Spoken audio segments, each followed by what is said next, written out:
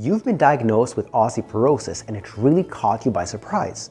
After all, you're active and you eat healthy. How could this happen to you? In this video, we'll talk about exactly that, plus how to reverse your osteoporosis without medications. First, let's discuss why osteoporosis is so often a surprise. One, people think I'm active. Well, what does that really mean? When people think I'm active, they think, well, I do gardening, I do housework, I hike, etc. I do Nordic pole walking. How could this happen to me? Well, one meta-analysis concluded that walking as a singular exercise therapy has no significant effects on bone mineral density at the lumbar spine, at the radius, which is your wrist, or for the whole body in perimenopausal and postmenopausal women. In other words, walking is good for many things, but not your bones. Okay, so low impact activities are great for many things, but they don't strengthen bones. So being active at the wrong things does not strengthen your bones. The other reason people are surprised when they get osteoporosis is they think they eat healthy. And the reason they think that is twofold. One, they're not overweight. Very often people who have osteoporosis are in fact underweight. The other reason they think they eat healthy is because they eat a lot of vegetables. And don't get me wrong, vegetables are fantastic. I sing their praises in my videos and books about high blood pressure, about type 2 diabetes, about PCOS, etc. But what vegetables don't do is they don't strengthen bones. In one study, 29,000 people in the control group and 19,500 people in the intervention group were divided into those two groups. One group consumed a lot of vegetables, one group consumed very few vegetables. And the researchers tried to figure out what's the number of fractures between the two groups. After a span of 8 years, which is a very good follow-up time, the number of fractures between the high vegetable group and the low vegetable group was almost identical. In other words, vegetables are great for many things, but not the bones. Vegetables don't have the nutrients required to build bone strength, not just bone density, but bone strength. So first, how do you reverse osteoporosis? And before talking about how to do that, we have to do a little precaution, which is don't fall to begin with. How can you prevent falls? There are a few different ways of doing it. One, you can improve your own balance. And the way you do that is by practicing deliberate balance exercises, which I've recorded an entire video about that on your screen right now and in the description below. Another way to prevent falls is to make sure that if you get up to go to the washroom in the middle of the night and it's dark, make sure the path from your bed to the washroom is clear. If you live in a place that gets very icy during the winter and gets cold, make sure that you're walking on salted roads where the ice has been cleared. If you're using stairways, make sure they're well-lit stairways. These are a few ways to prevent falls to begin with.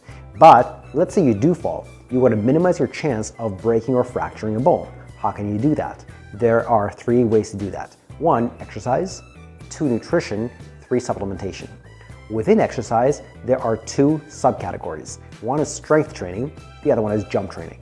So the first thing we want to know is by how much can strength training reduce the risk of fractures? And again, I emphasize risk of fractures, not just bone density. And I make that distinction because bone density is a good predictor of fracture risk, but not a perfect predictor. So let's look at what really matters, which is fracture risk, not necessarily an intermediary kind of marker. So let's look at fractures directly. In one study, strength training reduced the risk of fractures by 62.8%. It's very, very significant. Now, how should you do it? A lot of people do it the exact wrong way, or they think I do body pump classes, that's strength training. Well, no, body pump classes are not strength training, they are cardio with weights. That's not a bad thing, it's just not strength training and therefore won't strengthen your bones. So in order to get the most out of strength training, to actually strengthen bones, you need to do it like this. If you don't have at least a 6-month history, the previous 6 months, of consistent, correct, progressive strength training, I recommend with starting at 3 or so sets of 8 to 12 repetitions. Now here's the key. The amount of weight you lift should be difficult.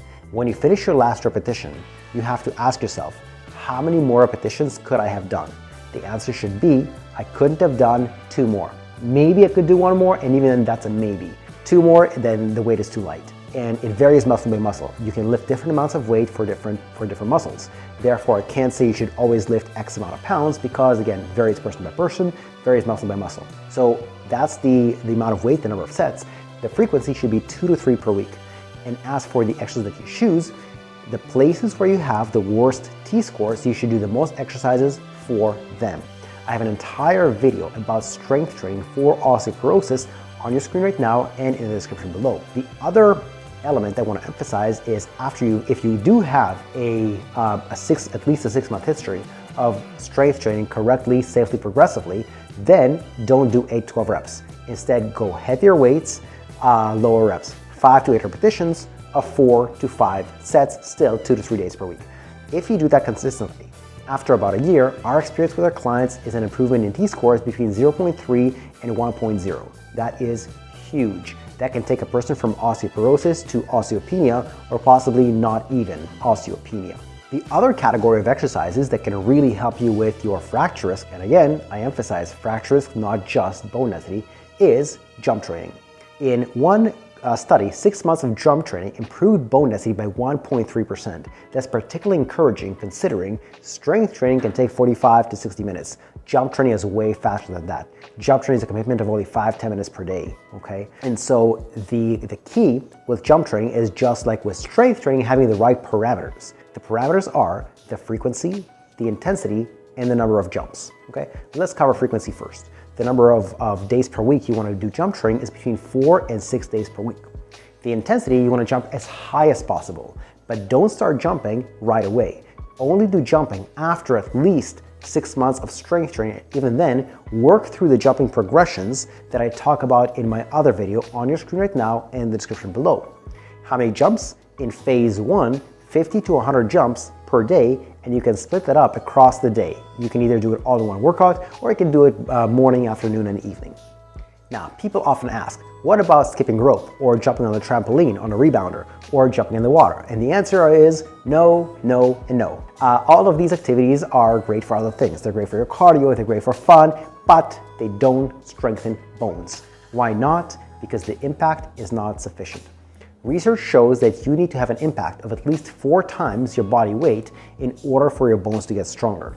Skipping rope, when you're doing that, the goal is to jump just high enough to clear the rope, not to jump as high as possible. The goal with osteoporosis is to jump as high as possible. The goal of jumping in the water is to reduce joint impact. The goal of jumping for bone density is to maximize joint impact. Same thing with a trampoline or a rebounder. With the trampoline, the rebounder absorbs the impact. You don't want to absorb the impact, you want to maximize the impact.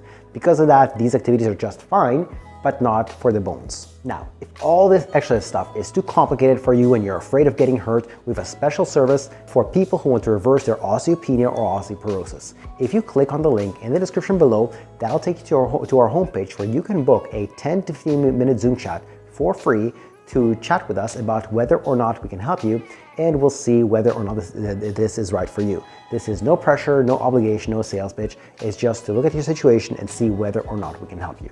So exercise is one way to improve your, not just bone density, but fracture risk. The other way is nutrition. There are a couple of things that you can do from a nutritional perspective in order to improve your bone strength. The first 2 recommendations made from a nutrition perspective when somebody has osteoporosis is calcium and vitamin D. Unfortunately, calcium does not actually reduce fracture risk. It gives you the illusion of stronger bones without stronger bones for reasons that I talk about in another video in the description below. Vitamin D only helps you when you go from deficient to sufficient. If you're already sufficient, going to excessive will not help you. So calcium and vitamin D are out. Therefore, what's in? Protein. You know how people talk about bone density? Well, what's the full name of the test? Bone density is really bone mineral density. That's just a test. And that test, of course, measures the mineral content of bone. But minerals only make up 40% of bone. So what about the 60% that isn't minerals? That's made of collagen, and collagen is a protein. Therefore, you need to eat an adequate protein diet in order to strengthen your bones. And the reason I say adequate is because what I'm about to describe will to a lot of people sound like a high protein diet. This is not a high protein diet. It only seems high because it's likely higher than what you're currently getting, because currently you're on a low protein diet. And so here's some proof. In one study, 125 postmenopausal women were divided based on their protein intake. Group number 1 ate less than 16% of their calories as protein. Group number 2, between 16 and 18% of their daily calories were protein. Group 3, 18 to 20%, and group 4, over 20%. At the end of the study, group number 1 experienced 16 fractures. Group 2, also 16 fractures. Group 3, 7 fractures. Group 4, 5 fractures. What does that tell us? Higher protein is better than lower protein for your bone strength. And again, this is not a high protein diet. This is an adequate protein diet. So of course the question comes, how much protein should I be getting? Protein requirements depend on 3 different factors. In no particular order. 1, your body weight. The more you weigh, the more protein you need. 2, your activity levels. Are you sedentary? Are you doing cardio only? Are you doing strength training only? Or are you doing cardio plus strength training? If you're in the last 2 groups, you need the most amount of protein. And the third factor is your age. Are you over 60 or under 60? People over 60 have higher protein requirements because their ability to absorb it is lower. Generally speaking, a person over 60 who is also strength training needs approximately 2.0 to 2.2 grams per kilogram per day of protein. But if you want a protein calculator where you can plug in your own variables and figure out what's the right amount of protein for you, click on the other link in the description below, and that'll take you to the protein calculator. Finally, what are the best protein sources? The best protein sources are meat, fish, and seafood. Why are they the best? Because they all contain more than 30 grams of protein per serving. There are just a few vegan and vegetarian protein sources that are in that category, like tofu, tempeh, egg whites, and whey protein, but not a lot. The next category is what I call grade B protein, which is anything between 10 and 30 grams of protein per serving. That's things like Greek yogurt, Icelandic yogurt, beans, and lentils. Then there's a grade C protein, which is stuff people think is high protein, usually vegans, but they're not right, but is actually not high in protein. For example, things like nuts are not high in protein at all. One handful of nuts is only about 5 or 6 grams of protein. A glass of milk, only about 9 grams of protein. Slice of cheese, 5 or 6 grams of protein. Medium egg, 6 grams. Large egg, 9 grams. So none of these are great protein sources by themselves. If you combine 2 or 3 servings of them, they become grade B protein. And it's very hard to make grade A protein out of any of them unless you eat a lot of them. The other nutritional factor that is very potent for bone strength is vitamin K, especially K2. One study where participants were divided into 3 groups. So group number 1 was a control group. Group number 2 ate 50 grams of dried plums per day. Group number 3 ate 100 grams of dried plums per day. And this went on for a period of 6 months. At the end of the 6 months, groups number 2 and 3, who ate 50 and 100 grams per day of dried plums, they maintained their bone density, whereas the group that didn't eat the dried plums at all, they actually reduced their bone density. So there is something to be said for vitamin K2. The next question is, how much should I get? The answer to that is approximately 15 micrograms per day. And if you're wondering, what are the best sources of vitamin K2? Here is a partial list. Egg yolks contain about 67 micrograms per yolk. Eel has 63 micrograms per 100 grams of eel. Most cheeses range from 10 to 55 micrograms per 100 grams, depending on the type of cheese. Beef liver has approximately 11 micrograms per 100 grams, and chicken has 10 micrograms per 100 grams. So most people will eat more than 100 grams of chicken. If you're eating 4 ounces, that's 120 grams. If you're eating 6 ounces, that's 180 grams. So it's very easy to get your protein requirements with chicken, which also, by the way, contains protein. There are also a number of supplements that can improve your bone density and your bone strength. One is type 1 collagen at a dose of about 5 grams per day, as well as soy isoflavones at about 120 milligrams per day. This is particularly beneficial for post-menopausal women who are low in estrogen. If you enjoy this information, I have a special newsletter about things like osteoporosis, osteopenia, and other issues for people over 50. If you click on the other link in the description below, that'll take you to our to a place where you can subscribe to our newsletter, and you always have the option of unsubscribing. Thank you and goodbye.